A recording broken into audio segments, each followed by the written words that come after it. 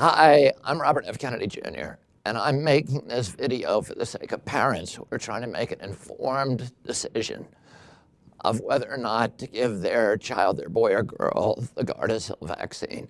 I'm also making this video as a tool for pediatricians who are trying to understand how this vaccine, if it's actually causing all of these problems with young girls, could have been approved by FDA and then mandated by CDC. Virtually all things that I'm going to talk about in this video are available to the public on public documents, as I'm going to show. Finally, I want to say this about Merck, which is the company that makes the Gardasil vaccine.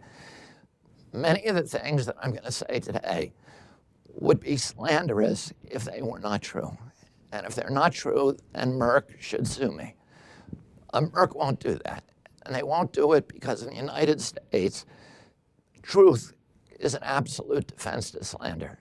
And second of all, Merck knows that if they sue me, I'm going to immediately file a discovery request. And many, many more documents are going to emerge that illustrate even more fraud by this company on the American public and the people all over the world. Finally, as a footnote, I'm not going to talk today about the specific biological mechanisms that allow this vaccine to cause harm in human beings. That information is out there. It's in dozens of peer-reviewed, published scientific documents. Many of these are described on our website, and I urge people to go to the Children's Health Defense website to educate themselves on those issues. Today, we're going to talk about the clinical trial and about Merck's fraud in that process. And this is Merck's claim. The HPV vaccine will eliminate cervical cancers and other HPV-associated cancers. The danger of dying from HPV cancer in this country is one death in 43.5 thousand people. So imagine you have a deck of cards, but instead of 50 cards, there's 43,500 on a big, big table. And one of those cards is a black card. If you get that, you die. So Merck's deal is that it's going to remove that black card from the deck. But in order to play the game and make sure that Merck removes the black card, everybody who participates has to put in $420 because that's the cost of the 3-dose Gardasil vaccine. So here's Gardasil by the numbers. So the cost of the 3-jab series averages about $420. There are 76 million children who essentially have been mandated by CDC to receive these vaccines. This is a blockbuster product for Merck. The global revenues from this vaccine today are about $2.3 billion. It's the third largest product in the company's inventory. The cost of saving one American life is $18.3 million. People can argue whether or not that's the reasonable value of a human life. What I would say is that the criteria that we should use for evaluating reasonableness is there a cheaper way to save more lives? And many people would argue that pap smears are the most effective way, that 80% of cervical cancer deaths have already been eliminated by pap smears. And this is the most effective technology. Incidentally, in another context, HHS has already put a value on human life, and the value is $250,000. That is the maximum number that the vaccine compensation program will pay for killing an American citizen. Okay, prior to marketing the vaccine, the FDA licenses the vaccine, and in that licensing process, Merck had to show that the vaccine was safe. According to federal regulations, the word safety means the relative freedom from harmful effects, taking into consideration the character of the product in relationship to the condition of the recipient at that time. So what is the condition of the recipients of the target group for this vaccine?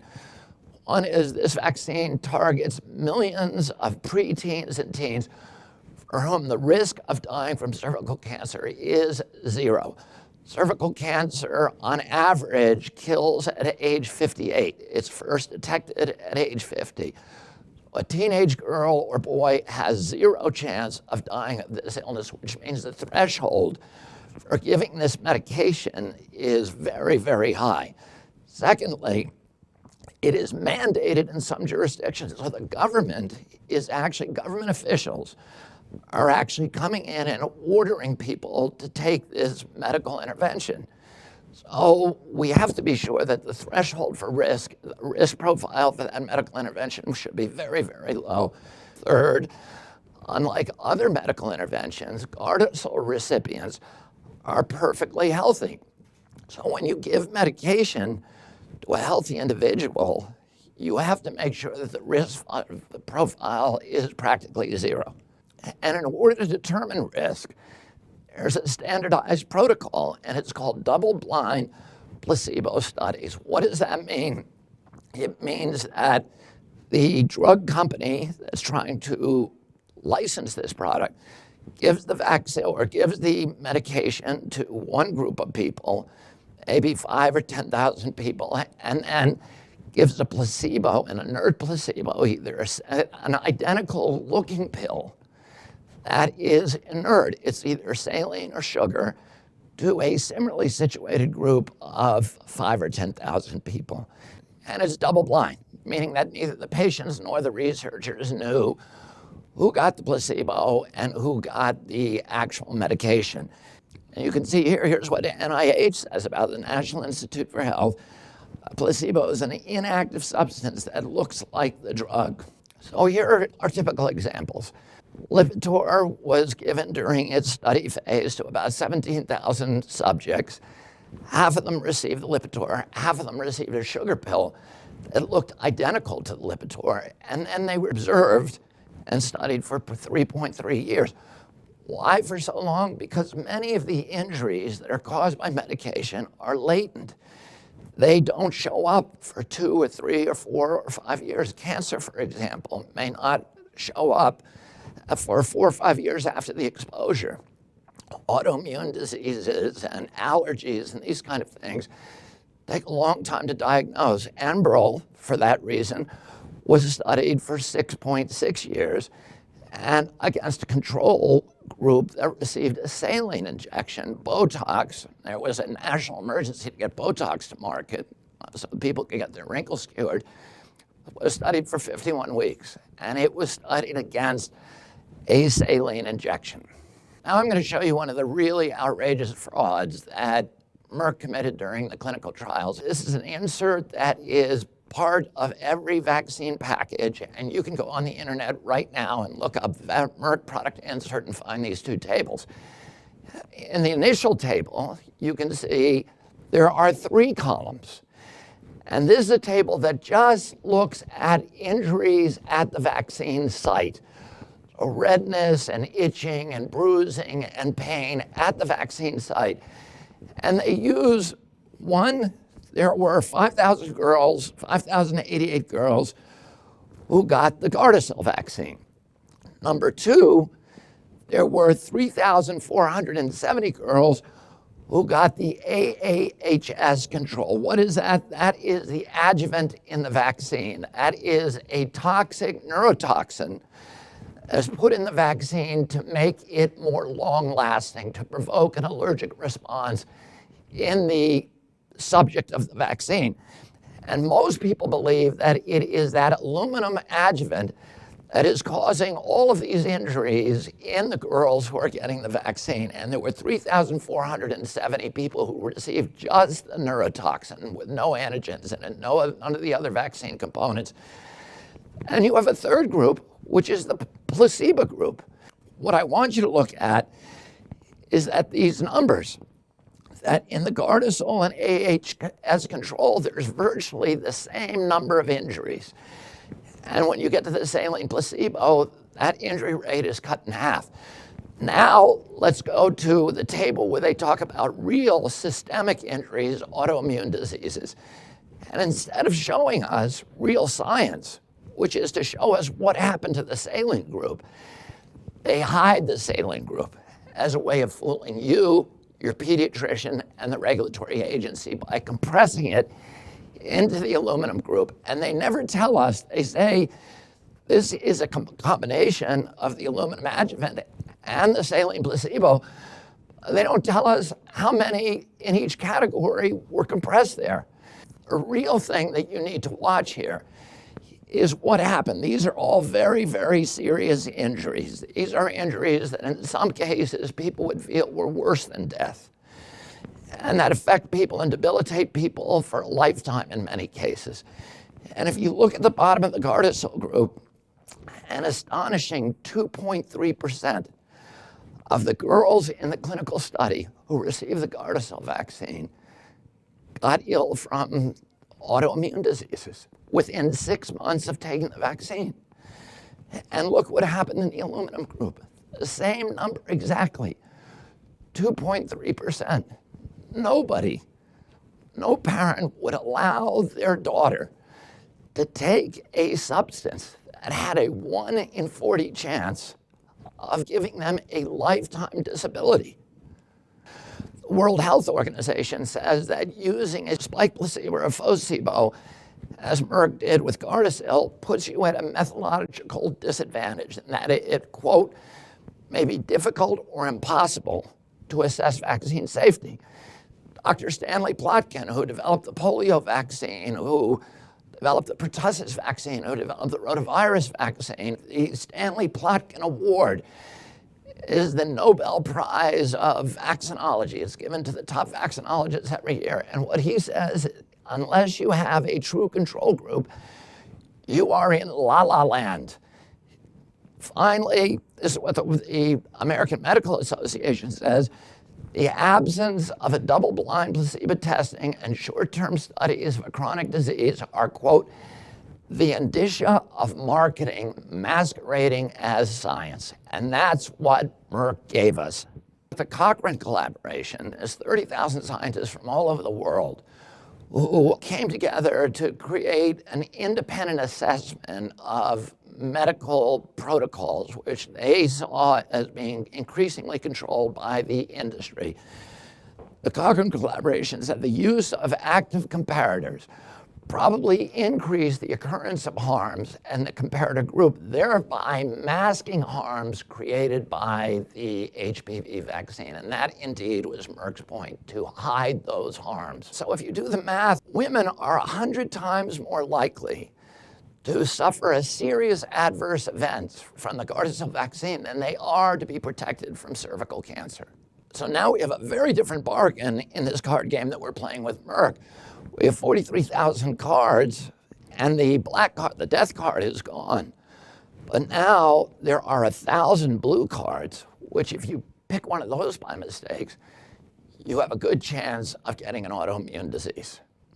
Nobody would take that bargain. So in order to get the FDA license to market this vaccine, Merck did a number of studies which are called protocols. We don't know how many they did because they're not telling us. They never disclosed it. The one we're most concerned with is Protocol 18. And the reason Protocol 18 is critical was because that was the basis for FDA giving Merck the license to produce and market the vaccine.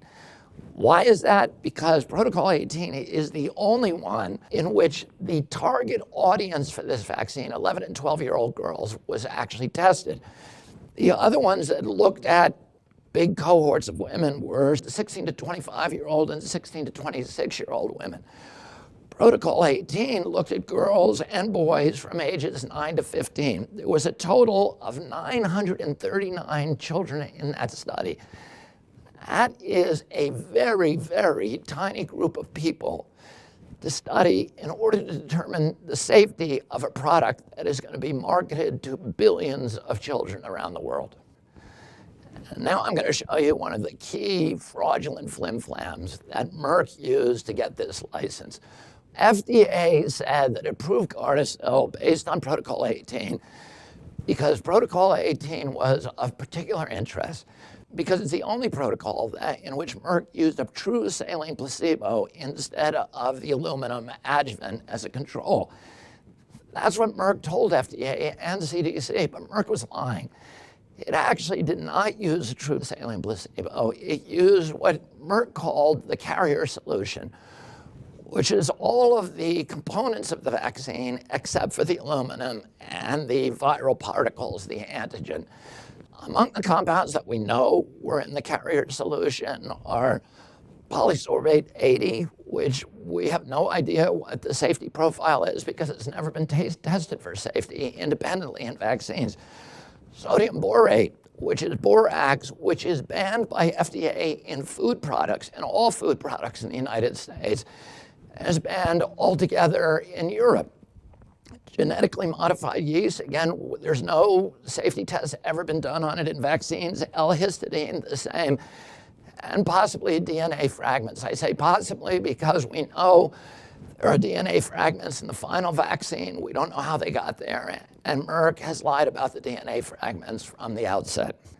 And despite these potentially toxic components and compounds that are in the vaccine, the 596 children that were given the carrier solution fared much better than any other cohort in the study. The girls and boys who received the carrier solution were the only significant cohorts who had no serious adverse events for the first 15 days. And here's another one of the gravamen of the fraud that Merck committed in its Gardasil trials.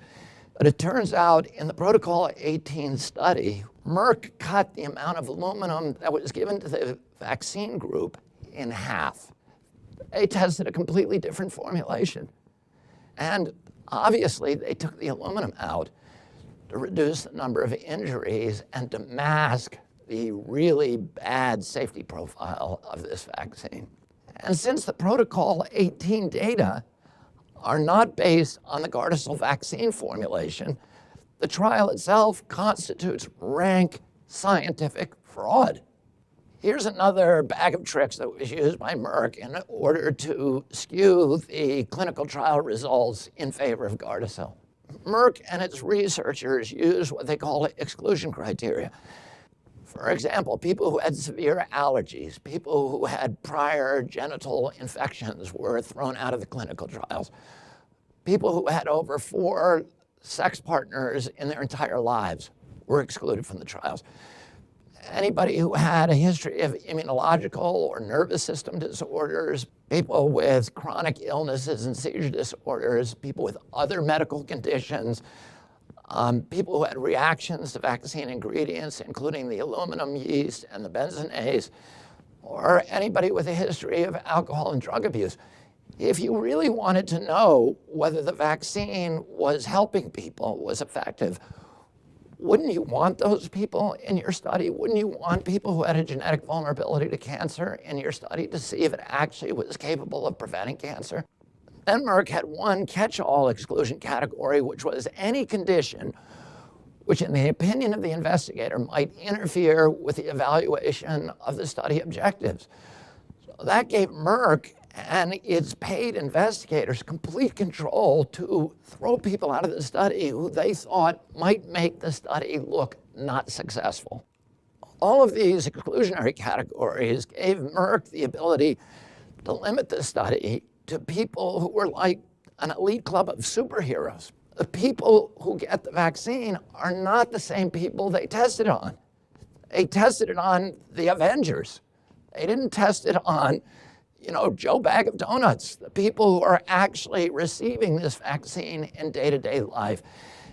And by doing that, they were able to mask whatever injuries that might show up in a larger, more vulnerable population who are actually receiving the vaccine. Next, Merck used an arsenal of sloppy protocols to, again, to hide vaccine injuries. Among these, Merck gave report cards, the daily journal report cards, to only 10% of the people who it tested the vaccine on. And it told those people to only make reports for 14 days after the injection. And the report cards were only designed to collect jab site information, so redness, itching, bruising, fever, and they ignored altogether the autoimmune diseases and menstrual cycle problems and fertility problems and pain and dizziness and seizures and all of the other things that we've now seen are associated with the vaccine. In fact, there are numerous girls who report that they were injured, that they attempted to report those injuries to Merck, and that Merck rebuffed them. Furthermore, Merck gave extraordinary discretion to its researchers to determine what was a vaccine injury and what was not a vaccine injury. And because there was no inert placebo, it was completely within their discretion. If a girl came back with seizures or autoimmune disease or menstrual cycle problems, they could just say to the girl, well, that's not related to the vaccine. In some cases, we know that Merck actively covered up and lied about injuries that it had a duty to report to the vaccine adverse event reporting system. For example, in the case of Christina Tarsal, a Maryland girl who died from the Gardasil vaccine, Merck lied about that death in its official reports to the vaccine adverse event reporting system. It told the system that Christina's doctor had told Merck that her death was the result of a virus. And the doctor adamantly denies that, but Merck has refused to remove that misinformation from the VAERS system. Furthermore, Merck lied to the girls who participated in these studies, telling them, number one, that the placebo was saline and that it contained no other ingredients, and number two, that the study in which they were participating was not a safety study. They were told that there had already been safety studies and that the vaccine had been proven safe. What did this do for Merck? It made it so the girls were less likely to report injuries as associated with the vaccine because they believed that the vaccine that they were receiving had already been proven safe and that any injuries that they did experience maybe a month or 2 months or 3 months after the vaccine must be simply coincidental and had nothing to do with the vaccine. So despite all of these efforts by Merck to discourage girls from reporting vaccine injuries during the clinical trials, half of the girls in the Gardasil group and half of them in the aluminum adjuvant group reported serious injuries after receiving the vaccine. In order to conceal the link between these injuries and the vaccine, Merck invented a brand new medical metric that had never been heard of before called new medical conditions. And it dismissed all of these new injuries, which affected 50% of the girls who received the vaccine and the adjuvant as new medical conditions unrelated to the vaccines, simply sad coincidences. Many of these diseases were serious diseases: blood and lymphatic diseases, anemia, endocrine diseases, autoimmune diseases, GI, Crohn's disease, ulcerative colitis, vaginal infections, musculoskeletal injuries, arthritis, neoplasm, Hodgkin's disease, neurological diseases, psychiatric diseases, depression, reproductive and breast disorders, menstrual irregularities, and pain. Over 3% of the girls, 1 in 30 in both groups, required surgical and medical procedures. So this card game that we're playing with Merck has now become a really bad bet. Merck has removed the one black card, but you now have a 1 in 40 chance of drawing a blue card and getting an autoimmune disease that may afflict you for the rest of your life. And you have a 1 in 2 chance of having some other serious medical condition. So now let's look at Merck's central claim, which is that the Gardasil vaccine will prevent cervical cancer. Merck's in a sweet position here, let's face it, because the target group for this vaccine is 11-year-olds, and cervical cancer on average doesn't kill till age 58. So Merck essentially is making this bargain. It's telling the 11-year-old girl, if you take our vaccine 47 years from now, you won't die of cervical cancer. And of course, the truth is, you can't make a vaccine that proves that it's going to prevent cancer 47 years from now. There's no way to test for that. So Merck used a shortcut. It said, we're going to prove that it prevents these, what it called, surrogate endpoints. So the best thing that Merck had come up with was SIN2 and SIN3 lesions, which it called precancerous lesions, even though most of those lesions never mature into cancer. So how can you call something precancerous when it was never going to turn into cancer? And here's what a study published in the American Journal of Epidemiology said about Merck's scheme. it said that SYN3 is an imperfect diagnosis of precancer and an intermediate surrogate for cancer.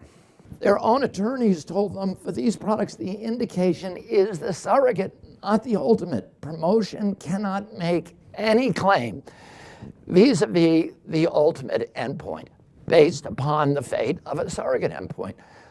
Merck is another problem. Recent peer-reviewed scientific studies indicate that perhaps only a third of cervical cancer cases are even associated with the HPV vaccine.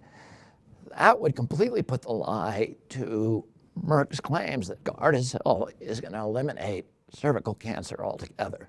So now we have a really dubious deal because we need to put that black card back in the deck because now we have doubts about whether or not this vaccine can prevent cervical cancer at all. But the news gets worse.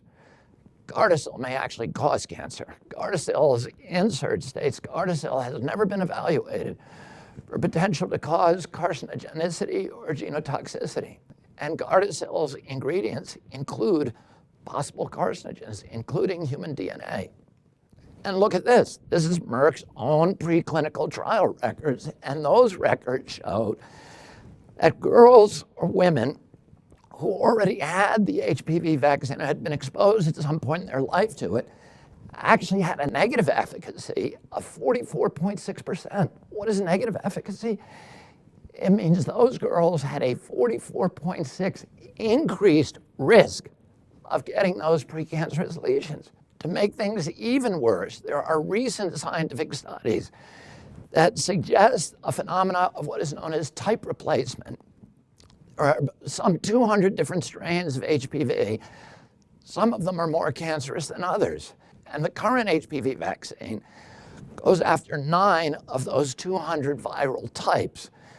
What these studies indicate is by eliminating those particular strains of the virus, it opens up an ecological niche in the woman so that more lethal and virulent viruses can actually colonize that spot and dramatically increase the risk of cervical cancer. So now Merck's deal is looking really grim. Not only do we have a 1 in 40 chance of getting an autoimmune disease and a 50% chance of getting some serious medical condition, but now the cancer risk has been reinserted and actually amplified. And now let's look at some of the non-cancer injuries that Merck found in his preclinical studies. The miscarriage rate in the preclinical studies after Gardasil doubled the background rate. The birth defects in the Gardasil group were 5 times the rate of birth defects from the control group. As to reproductive disorders, an astonishing 10.9% of the women in the pooled group reported reproductive disorders within 7 months of receiving Gardasil, compared to 1.2% in the placebo group. The death rate in the Gardasil group in the clinical trials was 8.5 per 10,000. Death risk for this vaccine, according to Merck's own studies, is 37 times the risk of dying from cervical cancer. So now look at the deal that Merck has offered us. They've actually increased our risk of dying by 37 times. So now let's look at post-licensing surveillance. So Merck can argue that we might have missed something in our pre-licensing studies, but surely if there were any injuries being caused by this vaccine, we would see them in post-licensing surveillance. And the problem with that is at the post-licensing surveillance system, the principal one is called the Vaccine Adverse Event Reporting System. The system is a voluntary system that simply does not work. It's broken. In fact, in 2010, HHS hired another federal agency, the Agency for Healthcare Research Quality, and a group of Harvard researchers to study the Vaccine Adverse Event Reporting System. And those researchers found that fewer than 1% of adverse events from vaccines are ever reported. But even under that system, Gardasil has distinguished itself as the most dangerous vaccine ever invented.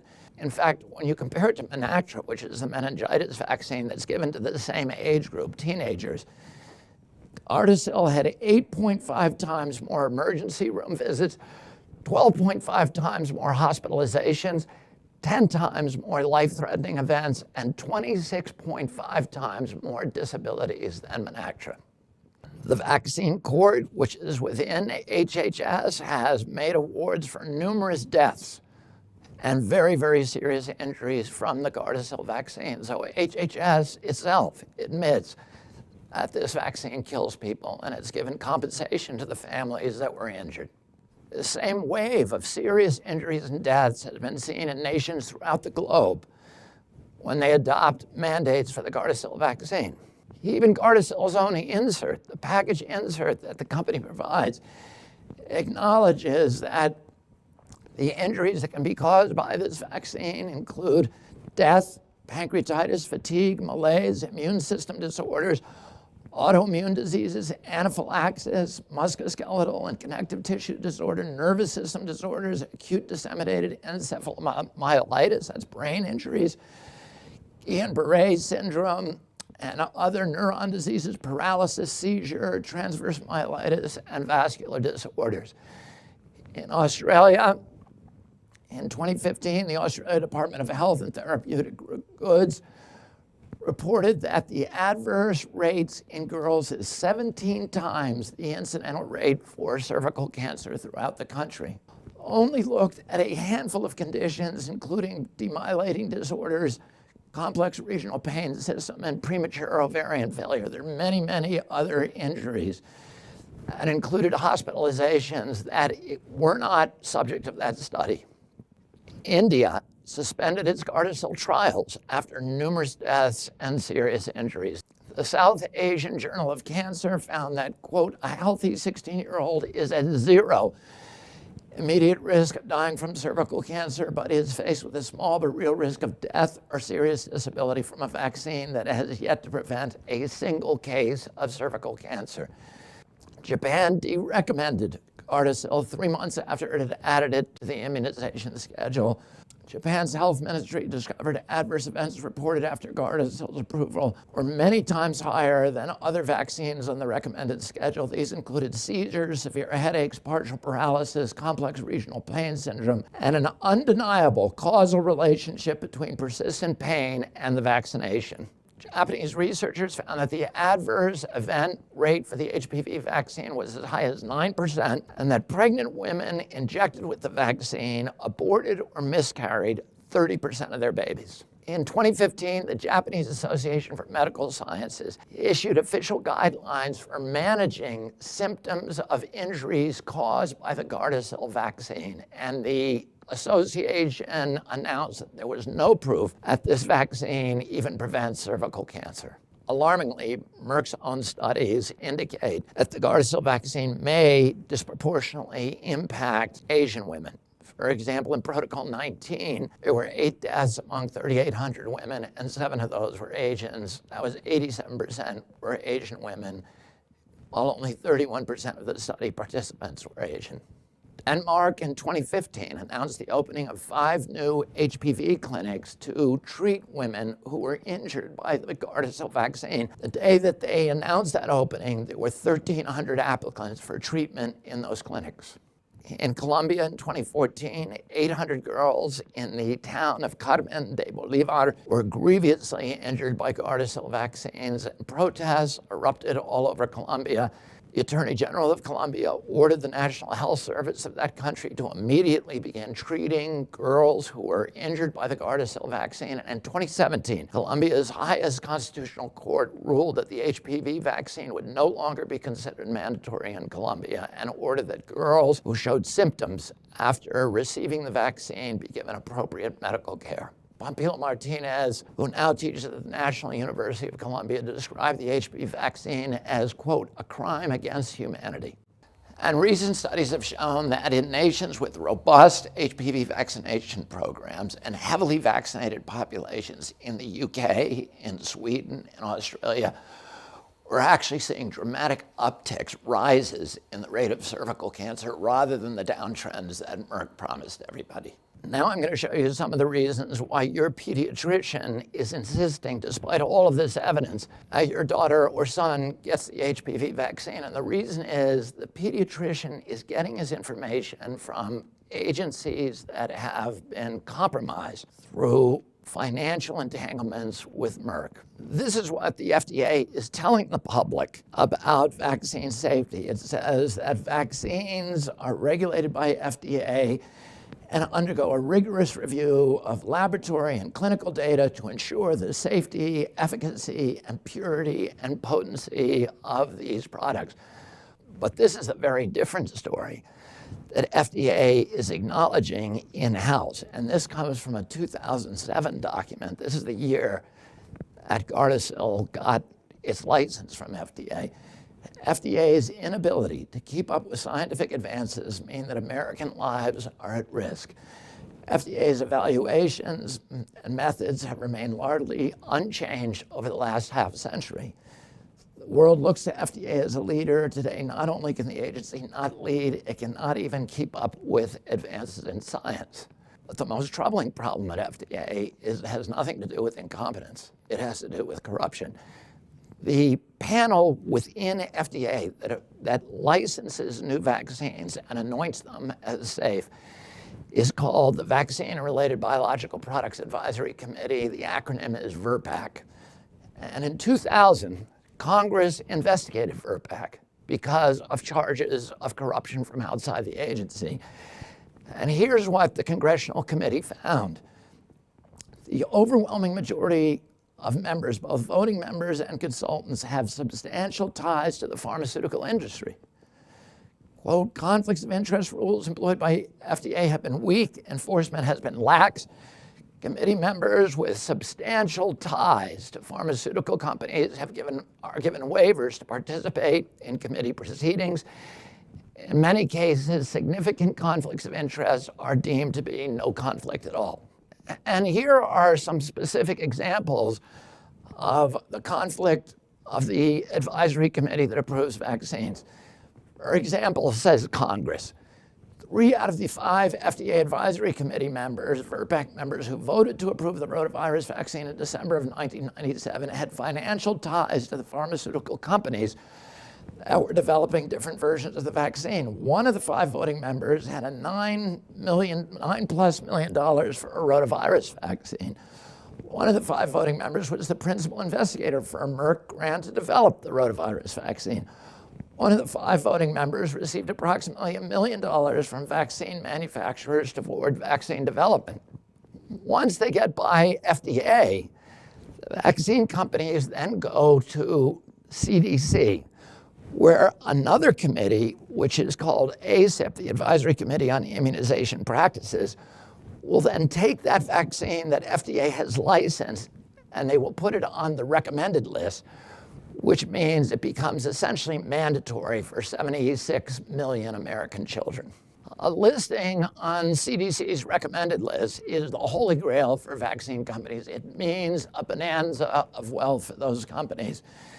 If ACIP votes to add your vaccine to the recommended list, it means mandating the vaccine to millions of American children.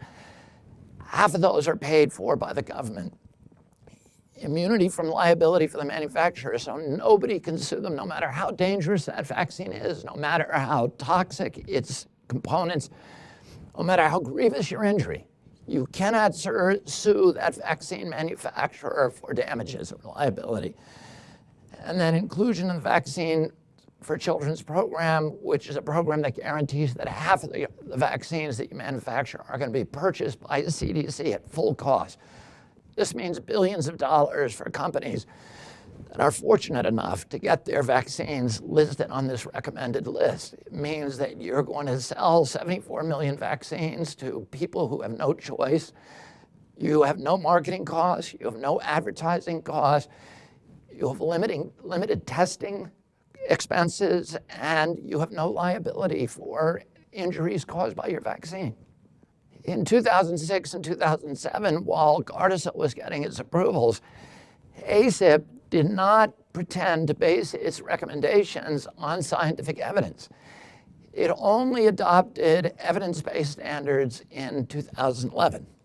So what did it base its recommendations on? It turns out it was mainly just friendships and money. The conflicts at ACIP are as bad as the conflicts within FDA. This is from the same year 2000 investigation by Congress. Quote, the CDC grants blanket waivers to ACIP members each year that allow them to deliberate on any subject regardless of their conflicts for the entire year. ACIP members are allowed to vote on vaccine recommendations, even when they have financial ties to the drug communities related to similar vaccines. The ACIP's prolific use of working groups to draft vaccine policies outside the specter of public scrutiny opens the door to special interest access. ACIP's policy of allowing government employees to vote encourages a system where government officials make crucial decisions affecting American children without advice or consent of the governed. Here is a typical committee panel that approved Merck's rotavirus vaccine. The majority of ACIP's members were conflicted in their most recent vote. Again, this is Congress's words, not mine. The chairman served on Merck's Immunization Advisory Committee. This is the same committee that approved Merck's vaccine. Another member shares the patent on a vaccine under development for the same disease, had a $350,000 grant from Merck to develop this vaccine, and was a consultant from Merck. Another member was under contract with the Merck vaccine division. Another member received a salary from Merck and other payments from Merck. Another member was participating in vaccine studies with Merck, and another member received grants from Merck. And unfortunately, that congressional investigation had virtually no impact on the way CDC does and continues to do business. For example, a 2009 report by the Inspector General of HHS found the same conditions existed, that CDC had systematic lack of oversight. 97% of committee members conflict disclosures had omissions. 58% had at least one unidentified potential conflict. 32% of the committee members had at least one conflict that remained unresolved. And CDC continues to grant waivers. So this shows that CDC is really just an arm of the vaccine industry. It shouldn't be regulating the industry. It's part of it. This is CDC's entire budget, $11.5 billion, and almost half of that, almost $5 billion, goes to purchasing and promoting vaccines. And this little sliver here is the Immunization Safety Office. That's how much money, less than 1% of that total, that goes to vaccine safety. Not only that, but Merck exercises control over CDC through the CDC Foundation. Merck contributes millions of dollars every year to the CDC Foundation. The CDC Foundation has received $620 million from Merck and other pharmaceutical companies to pay for 824 programs at CDC. Merck representatives sit on the CDC Foundation board and control the agency activities. This is what the British Medical Journal said about those conflicts. Most of us were shocked to learn that CDC takes funding from the industry. It is outrageous that industry apparently is allowed to punish the CDC if the agency conducts research that has the potential to cut into profits, end quote. The corruption is systemic at FDA too. Shockingly, 45% of FDA's budget comes from the industry. Pharmaceutical companies pay billions of dollars in fees annually to FDA to fast-track drugs. Between 2000 and 2010, pharmaceutical companies paid $3.4 billion to FDA to get drug approvals. And those payments by industry have caused FDA and CDC to treat the vaccine makers not as regulated entities, but as partners and clients and friends. According to Michael Karam, who's a former HHS employee, quote, instead of a regulator and regulated industry, we now have a partnership. That relationship has tilted the FDA away from public health perspective to an industry-friendly perspective. And that's why your doctor does not know the truth about Gardasil. This is another thing that your doctor probably doesn't know. The government agency, NIH, actually developed the key component for the Gardasil vaccine, and NIH owns part of the patent and receives royalties on it. Not only does NIH, the agency, receive millions and millions of dollars annually from the vaccine, but also the individual scientists who worked on the vaccine within the agency are entitled to make $150,000 a year in royalty payments from Merck. So every time your pediatrician sells one of those $420 vaccines to your child, or you, NIH scientists and HHS scientists and the agencies themselves are making money on that transaction. And that's why your doctor doesn't know what's happening, because he's getting his information or her information from those agencies. So there are many, many other shocking conflicts that I don't have time to talk about today between Merck and the other regulated vaccine makers and the industry that's supposed to be protecting the public from that regulated industry. I just want to talk for a moment about one example. From 2002 to 2009, Julie Gerberding was the director of CDC, and she oversaw all of this crooked science that went into the approvals in 2006 and 2007 of Merck's Gardasil vaccine. She was rewarded by Merck. When she left the agency in 2009, she was hired by Merck as the president of its vaccine division. And Merck gave her a salary of $2.5 million a year and $38 million in stock options.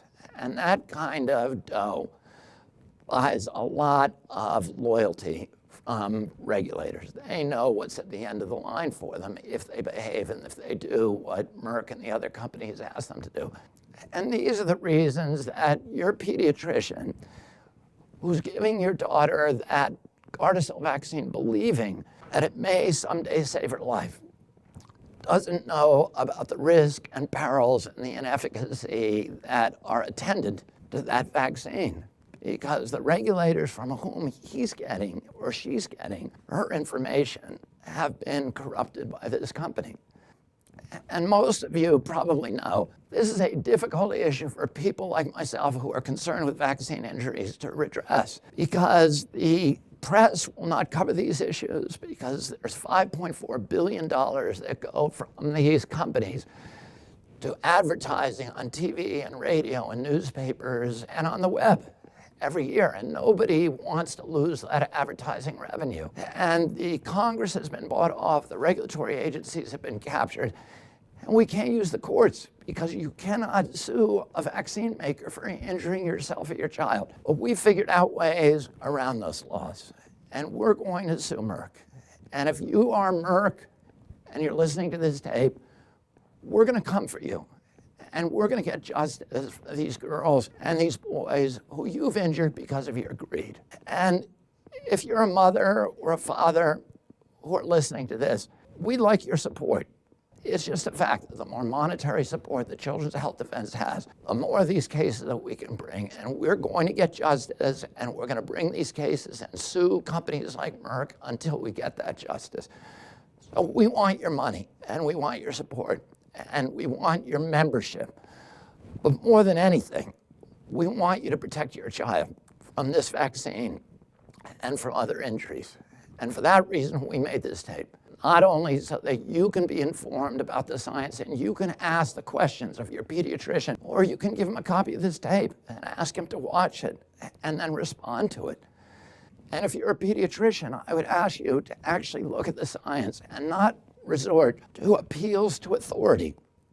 Because to say, well, I know it's safe because CDC says it's safe, or WHO says it's safe, or the AAP says it's safe, because all of those agencies and organizations have been corrupted by pharmaceutical industry money. You need to actually look at the science, and you need to read the science critically. And if you do that, you'll find that the things that I've talked about in this tape are real, that these injuries are real, and that we have got to save our children from this cataclysm. I want to thank you for listening to this tape and urge you to join Children's Health Defense.